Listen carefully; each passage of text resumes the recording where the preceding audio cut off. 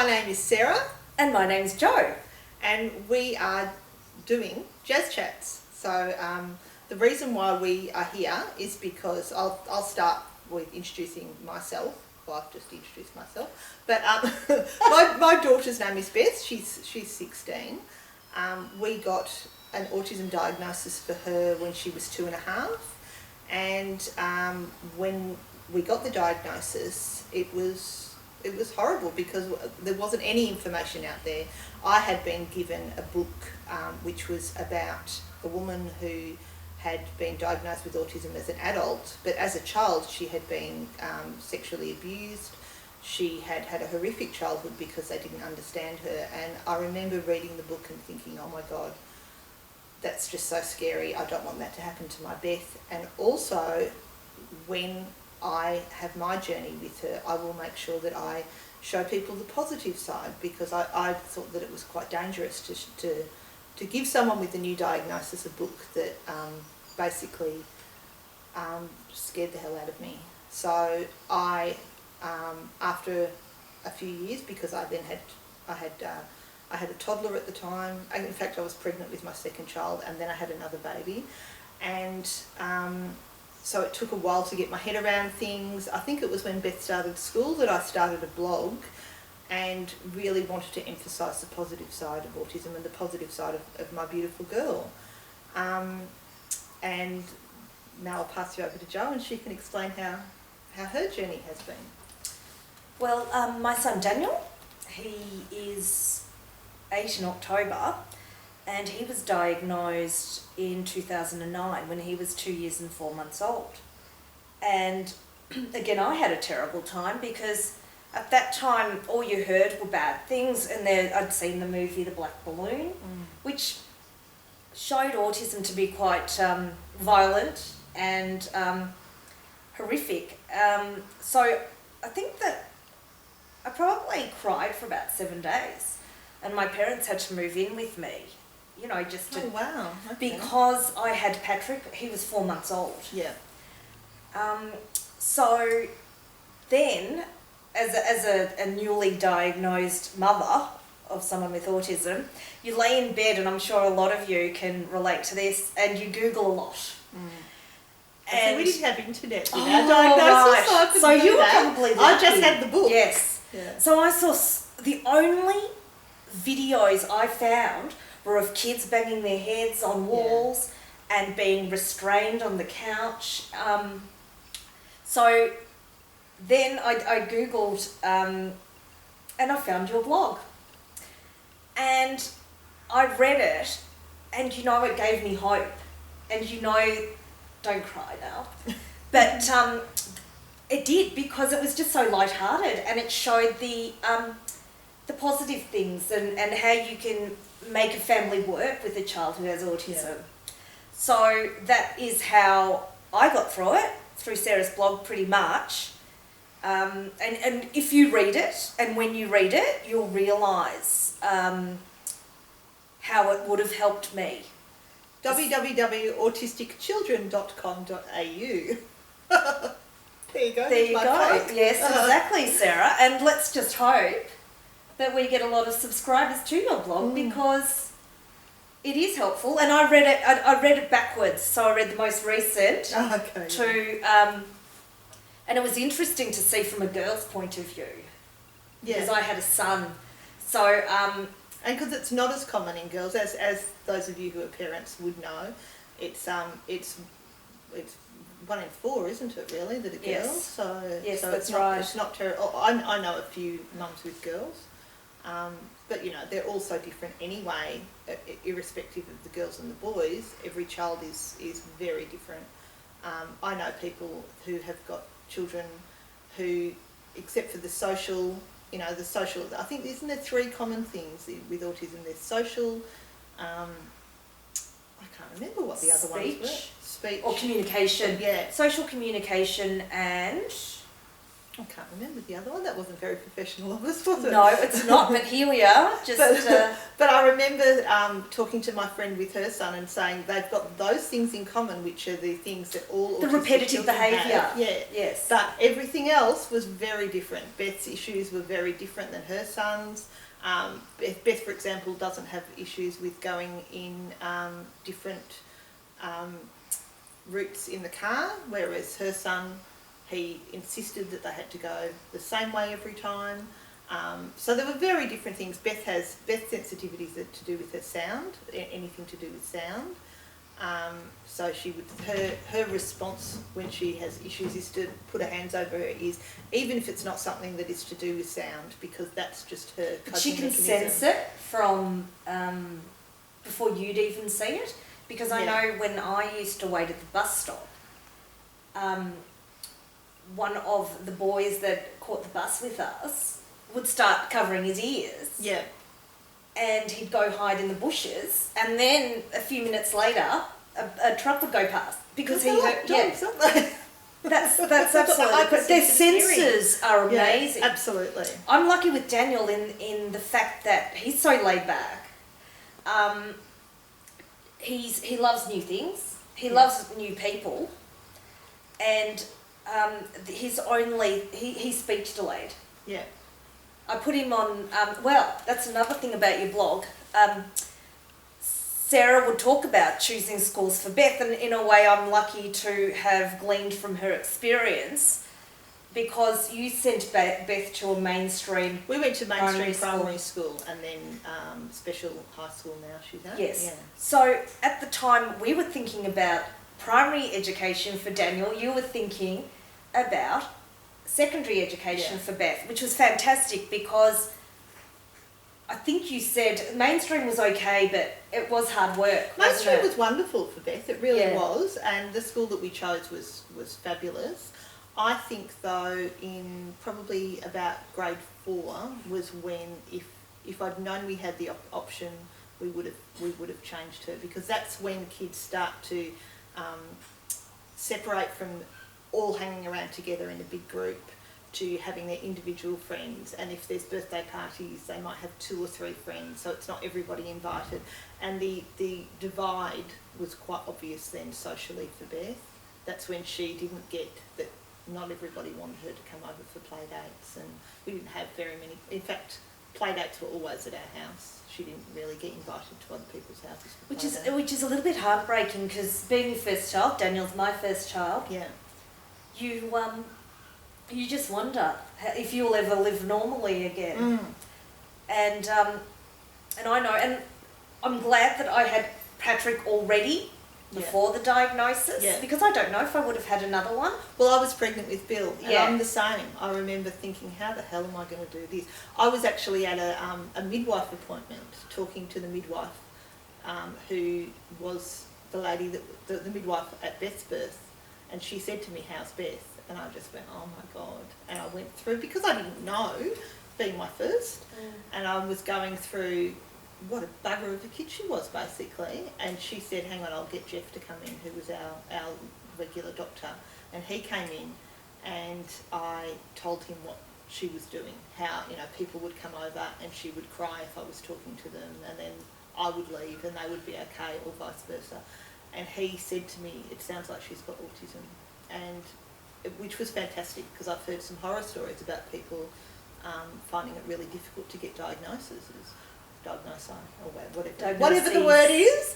And he said, "It sounds like she's got autism." And I said, "Well, she's not like Rain Man, and she's very affectionate and she cuddles me, so no, she can't have autism." And he said, "It sounds like she does." So it was great, because I went to the paediatrician with that in mind and said to him, "Jeff says that he thinks that Beth has autism," and he said straight away, "I think she does too." So yeah, it was, but again, going back to what you were saying with already having Patrick, being pregnant with Bill, I just thought, how the hell am I going to cope with the baby and this child that I just can't control in any way, shape or form? So it's a really difficult time when you first get a diagnosis. Definitely, and especially when you've got hormones running wild. But I thought that Daniel was actually going to get worse, Yeah. to the point where he'll have to go into an institution. Okay. The only reason I felt better 7 days later, and it was only 7 days, is because my doctor gave me temazepam. No. Yeah. It's because I saw the speech Oh, it therapist. certainly helps. I saw the speech therapist a week later and I said, look, you know, is Daniel going to get better? Yeah. And she goes, of course he is. I was like, oh, okay. So this thing isn't so bad then. Because he's a cute kid. So, but I must say that I went the kinder route, the mainstream kinder, and he did early intervention. He did the ECIS, it's known as ECIS, Early Childhood Intervention Services. Okay. So he went to an SDS, doing their early education program. Of course, Which is SDS it stands for Special Developmental School. Yeah. And so there's several around. I chose this because Daniel got 10 hours a week of early intervention. So it was like a class. So Monday and Tuesday he'd do mainstream kinder, and then we'd have a Wednesday off, and then Thursday, Friday I'd take him to his early education program. Yeah. So, but I ostracised myself from the kinder mums because I didn't want to talk about it. Yeah. It was too raw for me, and somehow I thought it might affect Patrick. Did you feel like they might feel sorry for you, or that they didn't want to know you because of your child? No, or? they were super friendly. Okay. And luckily enough, I got to meet them see them again, because they all had siblings too, when Patrick started 4-year-old kinder. So, but yeah, I pretty much kept to myself, but you know, you felt so good when you wouldn't respond to a party invitation and they text you a reminder. So they actually really wanted you to. Yeah. And they're the people you remember. Yeah. And I made sure that I told each and every one of those people how important that was. And they thought it was just sending a text message. Going, is Daniel coming to the party? But it was more acceptance for me, acceptance for Daniel. Yeah. So I think people need to remember it's just the small things that actually make your day. Absolutely. Yeah. So now, I mean, that's basically what we're going to try to do here. Yeah, well, what we're thinking is we just want to put out our experiences, talk about other people's experiences that we know, and how we've dealt with different situations that are quite common with kids with autism. For example, toileting. Beth went through a stage where she would smash plates, which was good fun. Just glad that she never realised how impressive it would be to smash a television at the time. Things like that. We also want to put it out there to you, the public, if there's anything that you would like to see, because we want to go out, we want to talk to therapists, talk to schools, explain to you, you know, once you've got a diagnosis, what there is available to you. Funding? Whether funding, Medicare funding, Centrelink funding, the different therapies available, the different schooling available. Because all of that, because I know with us, Beth being 16, she was almost at the beginning of this, I mean, I don't like to call it an epidemic, but, you know, kids are being diagnosed a lot more frequently these days, so it seems. But with Beth, most things I've had to find, any different social things that we've done, like we did writing for the disabled. I started up a karate group for special needs kids, which didn't go very well, but we tried it. You did it. We tried it. Yes. But most things I've found, even with different therapies, and it's been me researching it, we are not advocating for any particular types of therapies. I know that there are people there that will say, why try and change? I know there are people there that says, this didn't work for me, it doesn't, but all the kids are different, and I believe that all kids have got autistic tendencies for different reasons, you know, like there are kids that absolutely different have got gut sensitivities. problems. There are kids that have got gluten intolerance. That's certainly not the cause of autism, but we're not here to judge on the different Oh my God, therapies. that's exactly what I was going to say. We are not here to judge. We're just here to put out any Yes. information that people want to know about. So if somebody writes into us and says, we want to know about ABA therapy, or we want to know about food intolerances, we'll find out information for you and tell you about it. We're not saying that they work. We're not saying that they don't work. We just want to be a bit of an information channel for people out there, because we know what it's like when you get a diagnosis. It's scary as hell.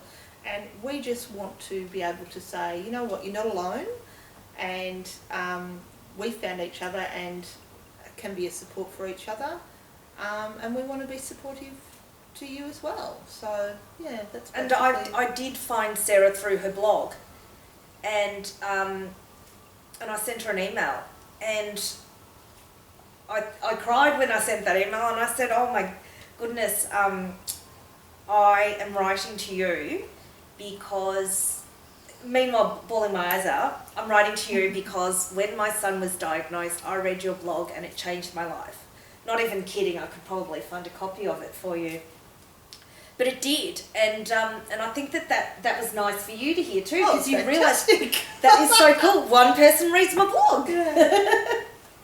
And I'd mention, and there's a lot of us out there, believe me, us autism mums. Yeah, there are. And this is the type of thing that I would have wanted. And I remember people always go, Jo, you're so helpful. You know this and you know that, and because I am exactly who I needed when Daniel was first diagnosed. Yeah. I want to be that person who can say, look, this is what you need to do. But then I consider myself way luckier than you, because helping children with autism had just come through the government, and there was a play group, Play Connect.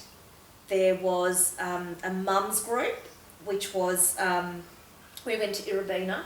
You went to Irabina too, yeah. Okay. So I found a lot of similarities between us. Yeah.